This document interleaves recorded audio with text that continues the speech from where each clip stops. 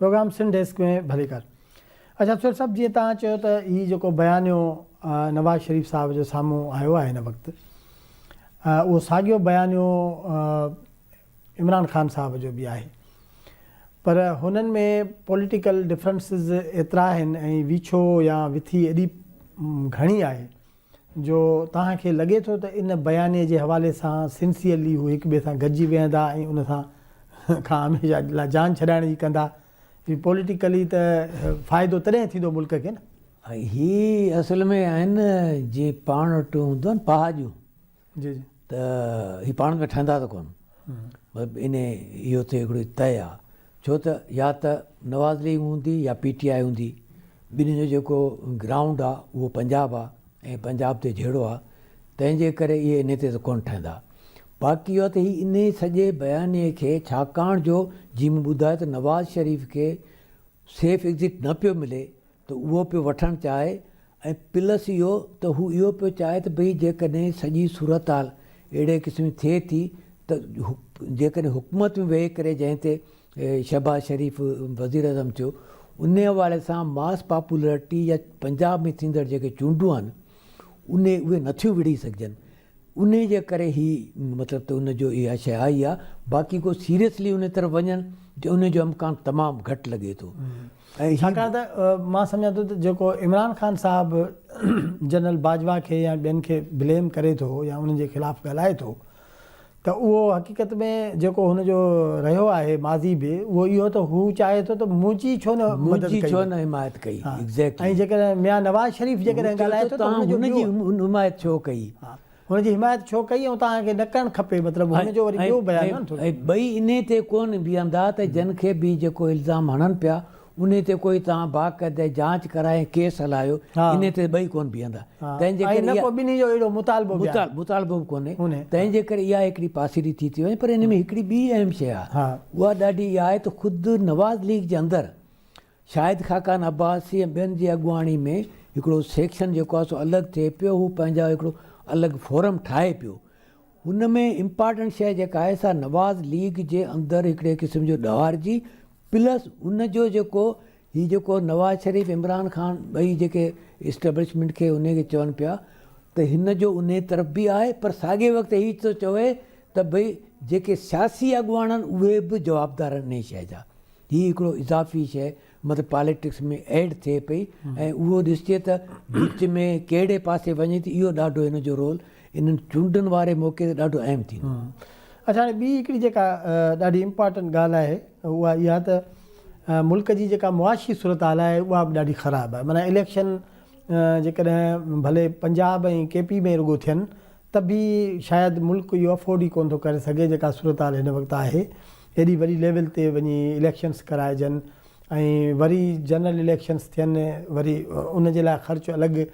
हिन वक़्तु त ॿुधायो इहो पियो वञे त मतिलबु जेके LCs कोन था खोले सघनि, ऐं तेल जो हेॾो सारो बहरान आहे, गैस जो बहरान आहे, महांगाई तव्हां पाण ॾिसो था जेका सूरत हाल आहे। हिन वक़्तु त जेको टॉक ऑफ टाउन आहे उहो इहो ई आहे त उहो इहो कोन्हे त कंहिंजी हुकूमत थी अचे, पर इहो आहे त भई इन मां जान कीअं छुटंदी महांगाई में। बिल्कुलु इन में वॾे में वॾी ॻाल्हि इहा आहे त जेके मौजूदा हुकूमत आहे हुनमें वेठल जेके मेजर पार्टियूं आहिनि उहे माण्हुनि खे इहो न ॿुधाए सघियूं त भई आख़िर इहा महांगाई या इहा जेका ॾुखियाई आहे केसि ताईं कंहिं लेवल ते बीहंदी। इहो ॾाढो हिकिड़ो अहम आहे जेको हर माण्हू जो जीअं तव्हां ॿुधायो टॉक ऑफ टाउन आहे, त उन तौर ते उन्हनि जो को बि मतिलबु त को मौक़िफ़ को बयानु साम्हूं कोन थिए। बसि असां सवाइ इन जे त भई इहो इमरान ख़ान हीअं करे वियो, हीअ थी वियो, ऐं उहो असांजो रवायती आहे। रवायती आहिनि भई हू जेको करे वियो करियो, हाणे तव्हां छा था करियो, ॻाल्हि किथे बीहंदी।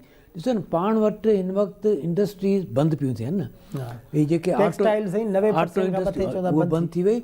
बल्कि उन जेको सनअतकारनि जी स्टेट बैंक जे गवर्नर सां मीटिंग थी, हुन में त उन्हनि बंदि कारखाननि जूं चाबियूं हुनखे ॾिनो आहे, हीअ अथव ऐं हीअ तव्हां उन बाक़ाइदा वीडियोज़ आयूं आहिनि त भई हीअ अञा हाणे तव्हां असांखां इहो कोन थो पुॼे। त हीअ हिकिड़ी ॾाढी ख़राबु सूरत हाल आहे। ऐं प्लस सॼो जेको ॿाहिरां खां पैसो अचिणो आहे, कॾहिं थो अचे केतिरो थो अचे को उनजो कोन्हे, उन तरफ़ां वधीक शर्त पिया अचनि, ख़ुदि जेको सऊदी अरब सॼी उमिरि हुन खां असां पैसा वरितासीं, हुन असांखे इस्तेमालु कयो, उहो सॼो उन पंहिंजूं पॉलिसियुनि में तब्दीली तब्दीली ऐं चयो त बिना शर्तनि जे असीं न ॾींदासीं। भई ॻाल्हि इहा त अॻे बि त तव्हांजे शर्तनि ते त असां सॼो तालिबान इहो सभु अफ़गान मुजाहिदीन इहो सॼो कयोसीं न, हाणे वरी नवां कहिड़ा शर्त।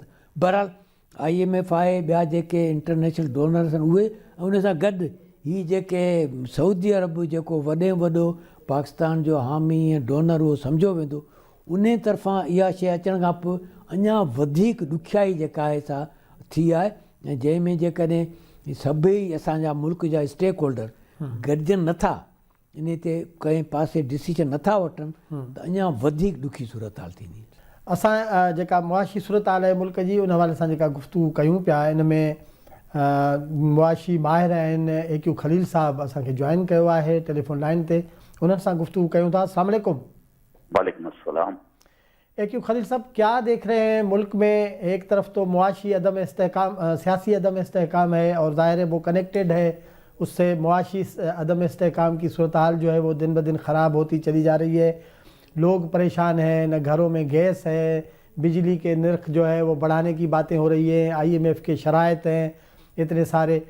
तो आप क्या देख रहे हैं, अगले कुछ दिनों में बेहतरी की कोई उम्मीद है या और मज़ीद हालात ख़राब होने जा रहे हैं? बज़ाहिर तो जो मुझे नज़र आ रहा है उसमें तो बेहतरी की उम्मीद मुझे कम ही नज़र आ रही है। हालात के ख़राब होने के इम्कानात बहुत ज़्यादा हैं। उसकी वजह यह है कि जो हमारी माशी सूरत हाल है वो इसलिए ख़राब है कि हम फैसले करने में बड़ी ताख़ीर करते हैं, और हमारे लिए ये इशू बन रहा है कि हम इस वक्त मुल्क में मिसाल के तौर पे हम IMF प्रोग्राम में हैं जी। और अभी हम 4 महीने लेट हो गए और हमें अभी तक ये नहीं पता चल रहा कि हमने करना क्या है। जब इस किस्म की सूरत हाल हो जाए जी, तो यकीनन ये माशी जो बहरान आप देख रहे हैं ये उसी का नतीजा है। और दूसरा ये कि हुकूमत ने आर्टिफिशियली डॉलर को कंट्रोल किया हुआ है। नतीजा ये है कि लोग जो है वो अपने डॉलर दबा के रखे हैं। उनको पता है कि जब IMF से प्रोग्राम हमारा साइन होगा तो डॉलर का रेट जो है 260 के करीब जाएगा, तो वो 30 रुपए पर डॉलर मुनाफे के चक्कर में बहुत से लोगों ने इन्वेस्ट कर लिया है, बहुत से लोग इंतजार में हैं। ये सूरत हाल है। अच्छा, तो AQ खलील साहब, अब जो ये बता रहे हैं कि भाई IMF से हमारी बातचीत जो है वो कामयाब हो गई है, अगले क्या इस महीने के आखिर में बता रहे हैं कि वो वफद आएगा पाकिस्तान, और ज़ाहिर है उसके बाद अगर ये फैसले होने हैं तो एक तो ये बताइएगा कि इसमें लेट करने की वजह क्या है, उसकी क्या वजह है कि मतलब हम अगर इतने मुश्किल फ़ैसले करेंगे तो हमारी मकबूलियत कम होगी। मकबूलियत कौन सी ज़्यादा थी कि वो कम हो जाएगी? एक तो ये है। दूसरा ये कि ये हुकूमत ये कह रही है और ख़ास तौर पे नून लीग ये कह रही है कि हम रियासत को बचाने के लिए अपनी सियासत की हमने कुर्बानी दी है। तो अगर सियासत की कुर्बानी दी है तो मुल्क की हालत भी तो ठीक नहीं हुई ना। क्या फ़र्क पड़ता है? आपने सियासत में मतलब क्या कुर्बानी दी रियासत को बचाने के लिए? रियासत तो इससे तो नहीं बच रही जो सूरत हाल आप बता रहे हैं। नहीं, इसमें ये है कि जो पॉलिटिकल कॉस्ट है ना, ये उसकी बात कर रहे हैं जी, क्योंकि आपको पता है महंगाई के साथ कोई सियासी पार्टी जो है दोबारा तो आ नहीं सकती बरसर इक़्तिदार। तो ये उसको कहते हैं कि हमने उसकी कीमत अदा की है, मुल्क को बचाया है। मेरा अपना ज़ाती ख्याल ये है कि वाकई कॉस्ट तो हमने अदा की है और हम करेंगे भी, अभी आगे चल के भी करेंगे, क्योंकि जो सिचुएशन में देख रहा हूँ उसमें मुझे ये नज़र आ रहा है कि हम जो है वो आगे की सूरत हाल कोई अच्छी नहीं है। तो जो अगर हमारा एग्रीमेंट हो भी जाता है ना IMF से जी, तो वो इतनी आसान शराइत पे नहीं होगा। उसमें जो गैस की प्राइस है, जो बिजली की प्राइस है, या और दीगर ऐसे उमूर हैं उस पर काफ़ी महंगाई के इम्कानात हैं, इन्फ्लेशन बढ़ने के इम्कानात हैं। और अगर हम ये नहीं करते, इस वक्त अब तकरीबन फूड इन्फ्लेशन हमारा 35% है, और IMF से अगर हम प्रोग्राम में नहीं जाते تو ہمارا یہ ڈبل بھی ہو سکتا ہے. اور جو اگر مہنگائی ہے اور پھر آپ کو پتہ ہے فوڈ آئٹم دستیاب نہیں ہوں گے, اور یہاں پر لوکل انڈسٹری کو اگر ہم نے را مٹیریل نہیں دیا تو انڈسٹری بھی نہیں چلے گی, تو بے شمار شارٹیج جو ہے وہ بھی ہوگی, اور اس کے نتیجے میں جو ہے بہت سے, یعنی میں کہنا نہیں چاہتا, خدا نہ خواستہ رائٹس بھی ہو سکتے ہیں. اور یہ صورتحال جیسے آپ نے دیکھا تھا سری لنکا میں جب پیٹرول نہیں مل رہا تھا جی تو لوگ کتنے یعنی بے صبری کا مظاہرہ کر رہے تھے, لمبی لمبی لائنیں لگی تھی. جی جی یہ قوم اس کی عادی نہیں ہے, یہ توڑ پھوڑ آ جائے گی اور ہنگامے بھی پھوٹ سکتے ہیں.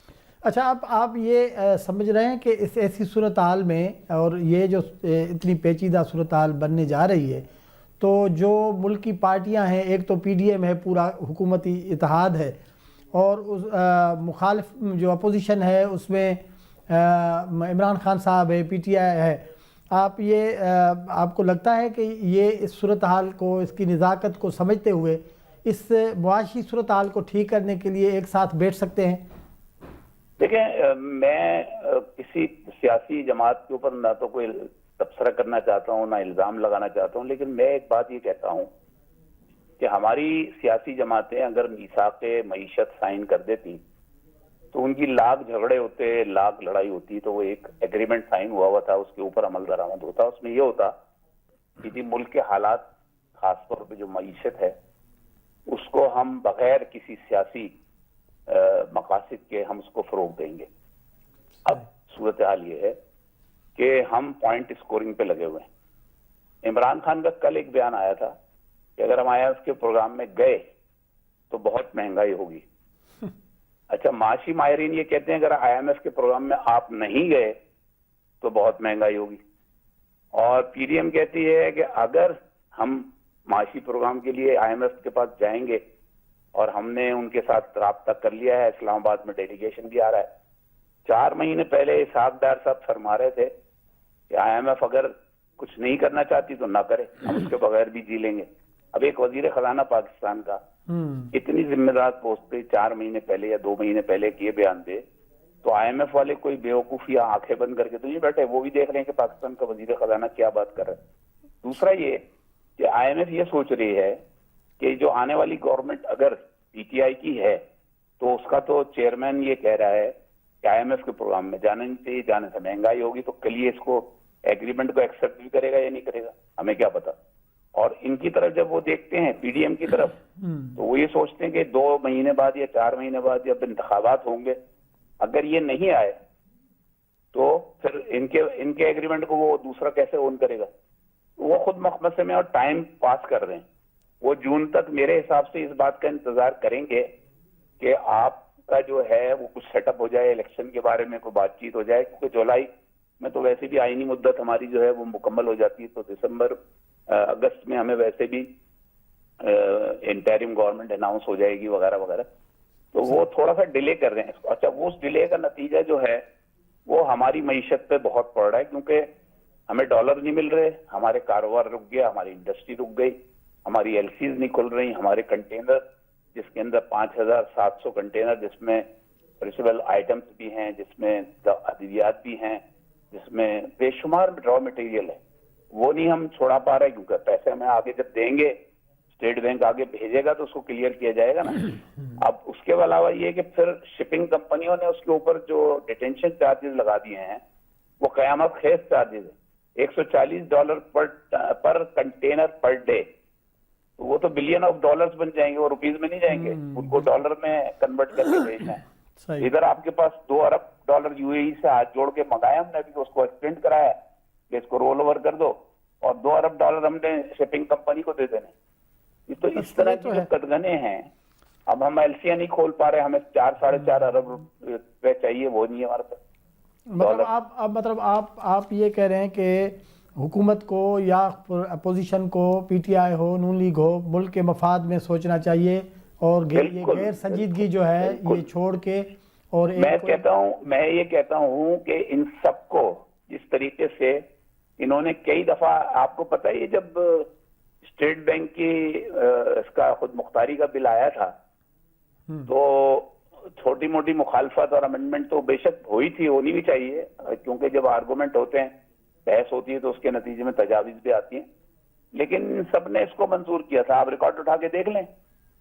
تو اگر انہوں نے اس کو منظور کیا تھا، وہ چاہے کس کے کہنے پہ کیا تھا، کن طاقتوں کے کہنے پہ کیا تھا، میں اس میں نہیں پڑھنا چاہتا، لیکن انہوں نے کیا تھا.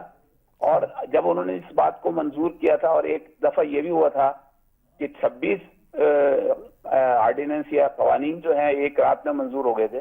یہ بھی اسی ملک میں اسی اسمبلی نے کیا تھا نا. بالکل صحیح. ہم اس کی پریورٹی کیوں نہیں سمجھتے؟ بالکل صحیح. آج اگر ہم ڈیفنس والوں سے یہ کہہ رہے ہیں کہ جی ہمارے پاس بجٹ نہیں ہے، تو کیا مطلب ہے ہم اپنے ملک کی دفاع سے بھی غافل ہو جائیں؟ ہم کو سوچنا پڑے گا، ہم کو یہ بات سوچنی پڑے گی کہ بھائی یہ جو سارا سلسلہ چل رہا ہے، خدا نہ خواستہ اگر یہ طویل ہو گیا تو اس کے بعد کیا ہے؟ ہم یہ تو بڑی آسانی سے کہتے ہیں کہ ڈیفالٹ ہو جائے گا ملک، ہو سکتا ہے یہاں سری لنکا جیسی صورتحال ہو جائے، جو بھی ہمارے دماغ میں آتا ہے بولتے رہتے ہیں، لیکن ہم کبھی سوچتے نہیں بولنے سے پہلے کہ ہم یہ حل دیں. ہم یہ سوچ رہے ہیں کہ ہم ایک سیاسی جماعت کو اس طرح اس پوائنٹ پہ لے آئیں جہاں اس کو آئندہ الیکشن میں ووٹ نہ ملے اور اس کو دفاعی پوزیشن اختیار کرنی پڑے، اور دوسری پارٹی کہتی ہے کہ ہم وہ صورتحال لائیں، ان کی بدنامی کریں، اور ان کو ہم تو سب الیکشن پوائنٹ اسکور کر رہے ہیں نا، ملک کا سوچ کون رہا ہے؟ بالکل صحیح. بہت شکریہ، بہت شکریہ AQ خلیل صاحب. ناظرین وقت ہے بریک جو، بریک تا واپس اچی اساں ساॻी इन मुआशी जेका सूरत-हाल आहे इन खे थोरो पंहिंजे डिस्कस में अॻिते वधाईंदासीं. असां सां गॾु रहिजो, वठूं था मुख़्तसिर ब्रेक.